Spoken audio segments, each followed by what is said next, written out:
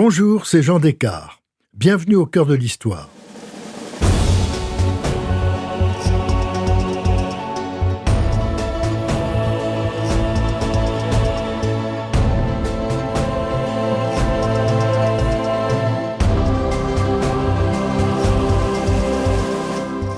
Dans cet ultime épisode en 2 parties de notre série consacrée au couple tragique de l'histoire, je vous raconte le destin du duc et de la duchesse d'Alençon. Si leur nom est définitivement associé à l'incendie du bazar de la Charité en 1897, ce couple n'a pas non plus été épargné par les drames personnels et les tragédies familiales. Seconde partie, l'héroïne du bazar de la Charité. Après leur union rondement menée par la mère de Sophie-Charlotte et la tante de Ferdinand, Clémentine de Saxe-Cobourg, fiançailles en 8 jours et mariage 3 mois plus tard, les jeunes mariés commencent leur nouvelle vie en s'installant à Buchy House. C'est une grande et belle maison entourée d'un parc magnifique. Mais le maître des lieux n'est pas Ferdinand, c'est son père, le duc de Nemours. Celui-ci est cependant plein de bonne volonté et a décoré avec beaucoup de goût l'appartement destiné au couple. Sophie-Charlotte lui en est reconnaissante. Il y a encore 2 autres personnes dans la maison, les 2 sœurs de Ferdinand, Marguerite, 22 ans, charmante, avec qui la mariée s'entend très bien, et la plus jeune, Blanche, 11 ans, avec qui c'est plus difficile. Il faut dire qu'elle a du mal à marcher, ce qui la rend peu aimable. Les 3 autres frères du duc de Nemours, Joinville, Aumale et Montpensier, sont aussi exilés en Angleterre. Ils se rencontrent souvent, les Orléans sont très famille. Ils sont souvent conviés par la reine Victoria à Windsor. Chaque semaine, Ferdinand et Sophie-Charlotte se rendent donc à Londres pour faire des courses, aller au théâtre ou à l'opéra. Ils passent la nuit dans la résidence londonienne du duc d'Aumale, le plus riche des 4 frères, car il a hérité de l'immense fortune des Condé. Le reste du temps se passe à la campagne. Sophie-Charlotte aime la nature, cela lui convient. Mais surtout, elle est amoureuse de son mari.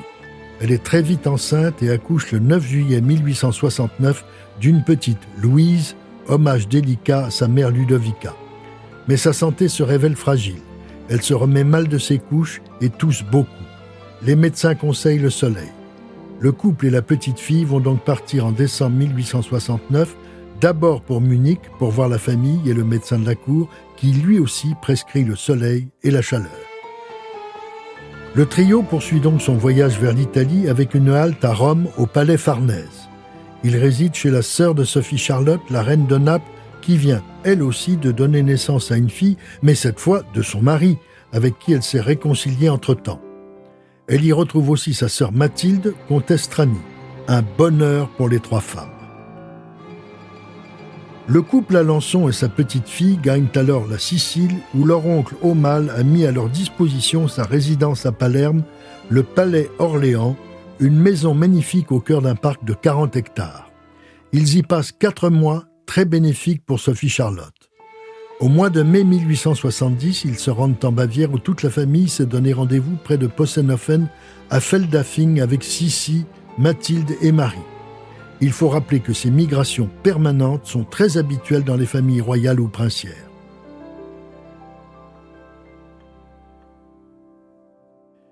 Mais à partir de juillet, pour Ferdinand, c'est plus compliqué car c'est le début de la guerre franco-prussienne de 1870. Le duc d'Alençon est mal à l'aise. Il ne peut pas rester dans un pays, la Bavière, allié de la Prusse et qui va se battre contre la France. Sissi le comprend très bien et les invite à gagner Vienne avec elle. François-Joseph les accueille chaleureusement et ils vont passer l'été à Schönbrunn. Ils passent l'hiver suivant à Meyran, en Haute-Autriche. Ferdinand est alors rappelé par son père en Angleterre. Il laisse donc Sophie-Charlotte et leur fille seuls à Meyran avec leur suite pendant quelques mois. Il n'a pas pu se battre dans les armées françaises en raison de la loi d'exil qui interdit, entre autres, aux princes de combattre pour leur pays. Lorsqu'il rejoint sa femme au printemps 1871, il la retrouve tendue, dépressive, elle n'a pas supporté sa solitude. C'est à ce moment-là qu'il réalise sa fragilité. Toute contrariété l'atteint physiquement, mais il s'aime et Sophie-Charlotte est très vite à nouveau enceinte. Elle refuse de retourner en Angleterre, sans doute ne supporte-t-elle pas l'autorité de son beau-père. Le couple va donc s'installer à nouveau à Schönbrunn. C'est là qu'ils apprennent, le 17 juin 1871, l'abrogation de la loi d'exil frappant les Orléans. Les descendants de Louis-Philippe peuvent rentrer en France. Ferdinand part aussitôt pour l'Angleterre afin d'organiser le retour de son père et de ses oncles dans leur patrie. C'est Sissi, une fois de plus, qui avec gentillesse et générosité prend en charge sa sœur enceinte et sa petite-nièce. Elle et François-Joseph les accueillent tout l'été à la Kaiservilla à Bad Ischl. En septembre, Ferdinand revient installer sa femme et sa fille à Méran, mais il doit les quitter rapidement car il a été enfin réintégré dans l'armée française avec le grade de capitaine dans un régiment basé à Vincennes. Sophie Charlotte est heureuse que la vie de son époux reprenne un sens. Mais ils vont à nouveau être séparés. Elle accouche donc seule à Méran le 18 janvier 1872 d'un garçon prénommé Emmanuel. Il est titré duc de Vendôme. Au printemps 1872, la duchesse d'Alençon rejoint son époux à Paris avec ses 2 enfants. Ils emménagent au 45 avenue de Marigny. Dès son installation, Sophie Charlotte, qui a bien des points communs avec sa sœur Sissi, ne supporte plus l'ingérence de son beau-père le duc de Nemours dans son existence. Elle refuse qu'il se mêle de sa vie quotidienne, veut être libre de ses mouvements et ne tolère pas d'être accompagnée d'une dame d'honneur chaque fois qu'elle sort. Le conflit s'apaise lorsqu'elle obtient de choisir son chaperon. Mademoiselle de Saint-Aubin, choisie par son beau-père, est remplacée par la baronne de Fernbach, qui avait été sa dame d'honneur avant son mariage. Pour Sophie Charlotte, l'époque est très difficile. Ses 2 grossesses l'ont épuisée. Les changements constants de résidence et son conflit avec son beau-père l'ont complètement déstabilisée. Elle se réfugie dans la religion. Elle tente de trouver un équilibre entre ses tortures morales, la foi, la famille et la vie mondaine qu'elle doit mener. Pour son mari, ce n'est pas plus simple. Le républicain Jules Ferry décide brutalement d'exclure de l'armée le duc d'Aumale, le duc de Chartres et le duc d'Alençon, les 3 princes d'Orléans engagés sous les drapeaux. Ferdinand est à nouveau privé d'activité. Là-dessus, 2 drames familiaux les accablent. Le 8 juin 1886, le comte Trany, époux de sa sœur Mathilde, se suicide en se tirant une balle dans la tête. À peine est-il enterré qu'on apprend la mort mystérieuse du roi Louis II de Bavière dans le lac de Starnberg le 13 juin 1886. Le 22 juin, une nouvelle loi d'exil est votée. Elle ne concerne que les chefs des maisons Orléans et Bonaparte. Mais par solidarité, tous les Orléans décident de regagner l'Angleterre. La duchesse d'Alençon se rend en Bavière pour assister aux funérailles de son éphémère et étrange fiancé, le roi Louis II. Le 29 juin, elle tombe malade. C'est une forte scarlatine. Son mari, rentré d'Angleterre, s'installe avec ses enfants à Possenhofen chez Ludovica. Sophie Charlotte y est confinée. La maladie est longue, une cure est recommandée. Tandis que le duc accompagne son fils en Angleterre où il sera pensionnaire, Sophie et sa fille séjournent à Tegernsee, puis à Munich. La famille est coupée en 2.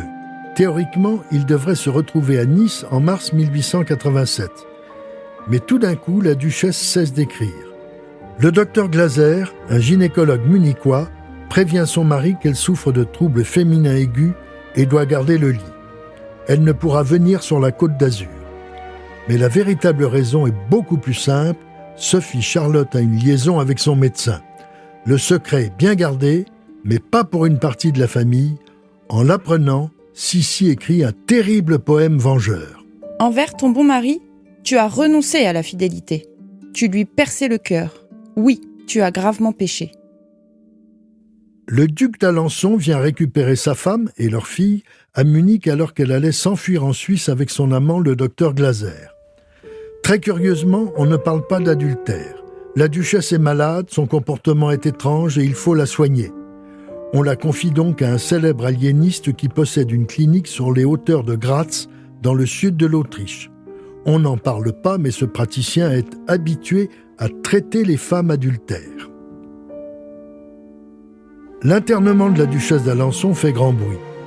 Pour le journal Morning Post, Sophie Charlotte a été gravement bouleversée par la mort de Louis II et son état mental est devenu si alarmant qu'il faut la soumettre à un traitement adapté. Ouf! Pas de scandale, juste un petit dérangement mental. Pour ce qui est des soins prodigués, nul n'en sait rien. On sait seulement qu'elle est internée dans une clinique de luxe spécialisée. Elle y reste jusqu'au début de l'hiver 1887. Pour Ferdinand, son monde s'écroule. Son épouse devient sa préoccupation permanente. Il guette chacun de ses mouvements d'humeur, sa fébrilité quand le courrier arrive. Il tente de la rassurer, mais en même temps, il la surveille. Sa violente passion pour son médecin, lui-même marié et père de famille, peut renaître à tout instant. Ferdinand doit aussi s'occuper des enfants. Leur fils Emmanuel, 16 ans, n'a été témoin de rien. Il passe d'un collège anglais à une pension autrichienne. En revanche, Louise, qui était avec sa mère à Munich, a assisté à la passion de Sophie Charlotte. Elle a été traumatisée par sa violence. Comme Sissi, elle écrira un terrible poème. Son père l'installe en France, à l'Institution du Sacré-Cœur, et sa tante Marie, la reine de Naples, désormais à Paris, prend soin d'elle. Le couple Alençon emménage à Vienne. L'empereur et l'impératrice ont un œil bienveillant sur eux. Ils les invitent le soir de Noël à la Hofburg avec leur fils Rodolphe et son épouse Stéphanie. C'est la dernière fois qu'ils verront l'archiduc héritier d'Autriche-Hongrie. 1 mois plus tard, il mourra mystérieusement à Meyerling, un choc de plus pour la famille et pour la fragile Sophie Charlotte.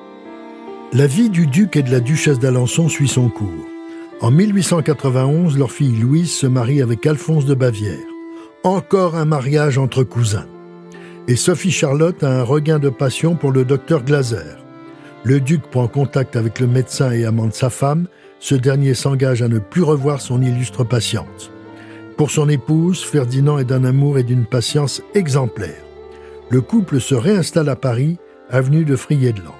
En 1896, leur fils Emmanuel épouse la princesse Henriette de Belgique. Les Alençon semblent avoir retrouvé leur équilibre. En avril 1897, Sissi vient à Paris et rend visite à Sophie Charlotte. Elle veut s'excuser de n'avoir pu se rendre au mariage de son fils 2 mois plus tôt. On sait combien l'impératrice d'Autriche s'est occupée de sa sœur chaque fois qu'elle en avait besoin. Mais on sait aussi combien elle a été dure avec elle lors de sa liaison avec le docteur Glaser.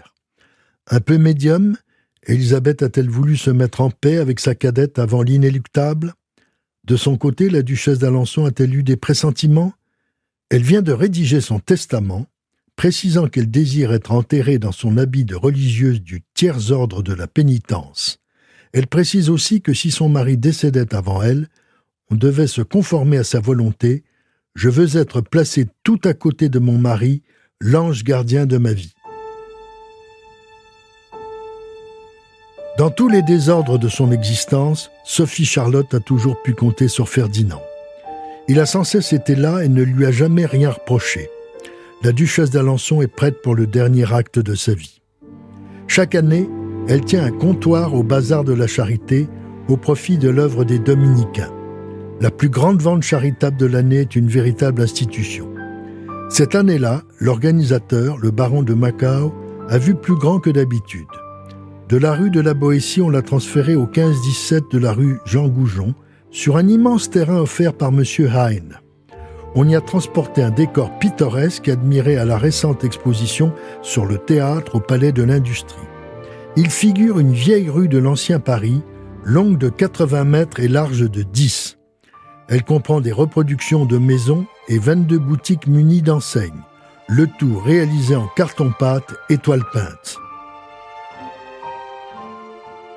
La duchesse d'Alençon est là dès le premier jour, le lundi 3 mai.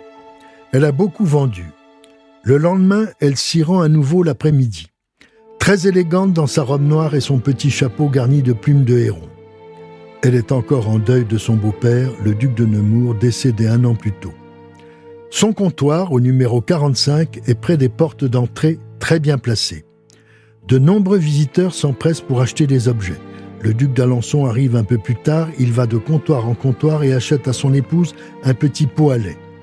La grande attraction cette année est le cinématographe, dans une salle improvisée, derrière le décor. Brusquement, vers 4 heures de l'après-midi, une langue de feu s'élève au-dessus du décor et du cinématographe. Personne ne comprend ce qui se passe.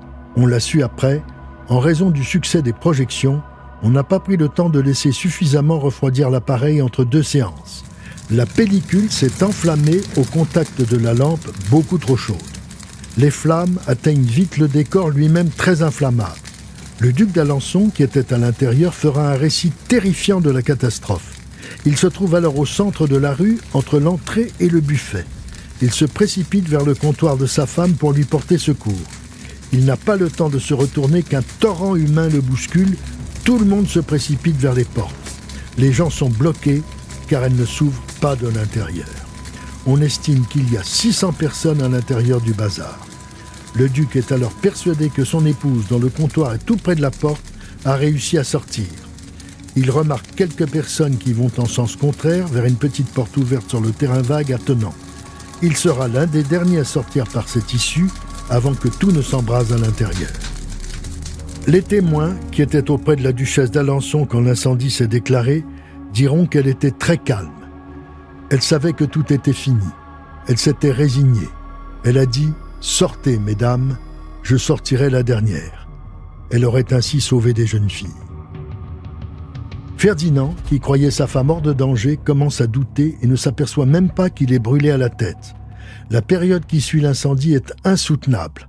Les secours doivent d'abord s'occuper des rescapés vivants brûlés ou blessés, puis dégager, un à un, les corps carbonisés ou ce qu'il en reste. Ceux-ci sont transportés au palais de l'Industrie. Il s'agit maintenant d'identifier les morts et de trouver les restes de la duchesse. C'est le dentiste de Sophie Charlotte qui reconnaîtra sa mâchoire au milieu d'une centaine de victimes. Le 5 mai, le corps de Sophie Charlotte est transporté vers un caveau à Saint-Philippe-du-Roule, sa paroisse. Ses obsèques ont lieu le 14, le temps que le duc d'Alençon se remette de ses blessures.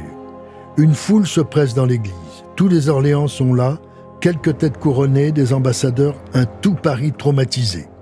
Cette horrible fin va élever la duchesse au rang de mythe. A-t-elle considéré, au dernier moment, que cette mort par le feu correspondait à son profond désir de rédemption? Une façon de se dépasser en expiant ses fautes, comme l'écrit sa biographe Dominique Paoli? Nul ne le saura jamais. La duchesse d'Alençon repose désormais à Dreux, dans la nécropole des Orléans. Son mari ne la rejoindra qu'en 1910, 13 ans plus tard.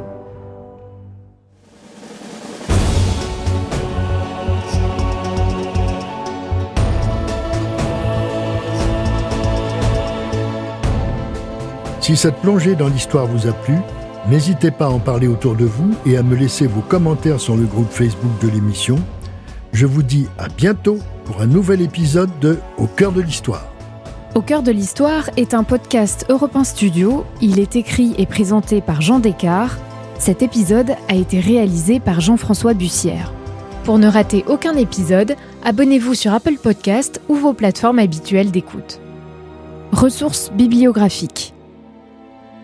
Sophie Charlotte, duchesse d'Alençon, par Dominique Paoli, édition Racine, 1995.